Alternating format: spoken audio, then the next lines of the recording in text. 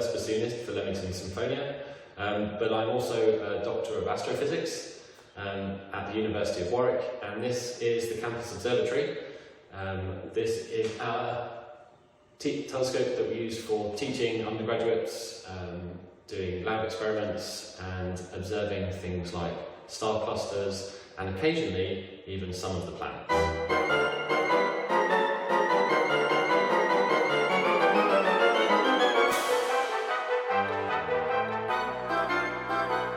We've been through the rocky planets, the terrestrial ones, we've been through the two gas giants, and now we're getting towards the outer parts of the solar system and the ice giants. And the first one of those is Uranus. Uranus, the magician, as Holst named the movement, is rhythmically complex, slightly chaotic, has lots of polyrhythms, lots of polythemes, and it tries to generate a sense of a magician's spells and the theatrical presence of a stage musician, showing off their repertoire, strutting around. There's a certain pomposity to the movement. And in some ways, magicians and composers are similar. They both produce things from nothing. Uranus, the planet, is the third largest. It was discovered by Herschel, who originally thought it was a comet or a star. It takes about 84 Earth years to go around the Sun. And we call it an ice giant because most of its material is a weird, dense fluid of icy materials, if you like, things like water and methane and ammonia.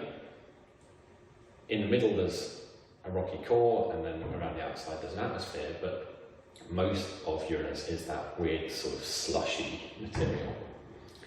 It's got 27 moons, still a lot more than us, and for Uranus they're all named after characters from Shakespeare and Pope. Uranus is another of the slightly weird planets in the solar system because it also rotates backwards, like Venus, but it also is tilted over onto its side compared to the other planets in the solar system.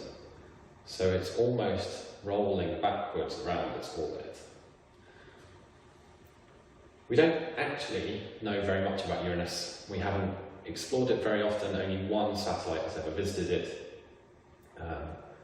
But there is a certain fascination to this blue, apparently calm planet.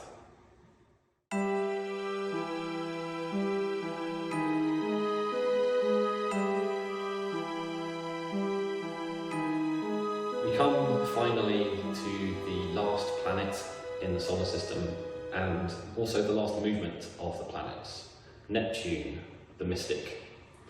Holst juxtaposes two keys here, G sharp minor and E minor, to represent the mystic's powers. There are beautiful harp and string melodies sliding across each other until, towards the end of the movement, an ethereal choir starts to add to the texture, and it gives it this really otherworldly feel, almost mystical feel, if you like.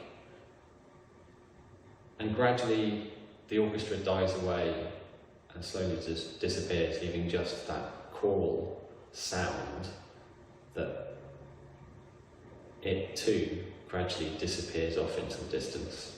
And the movement almost ends anticlimactically, fading away into nothing.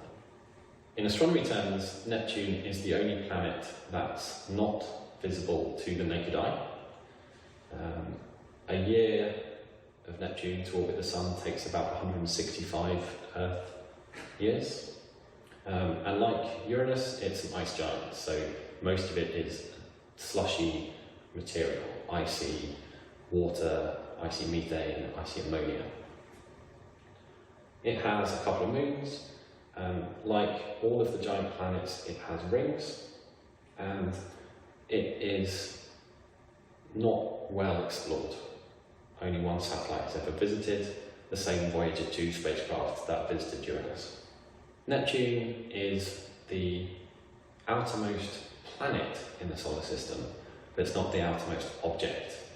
Beyond Neptune, there is a big cloud of comets and large balls of rock that we call the Kuiper belt.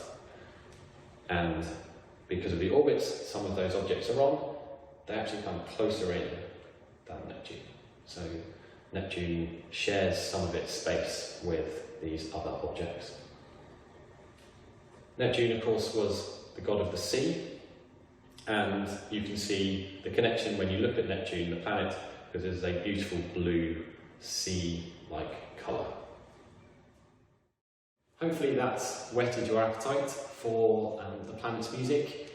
If you want to hear the music I've been talking about and make your own connections to the planets, then come along to our concert on Saturday, March the 25th at 7:30. It's been held at All Saints Church in Leamington Spa, and as well as Holst's The Planets, we're also performing the music from 2001: A Space Odyssey, otherwise known as Also sprach Zarathustra by Strauss. And then we have the premieres of the works by our composition competition winners. These will be world premieres never before heard.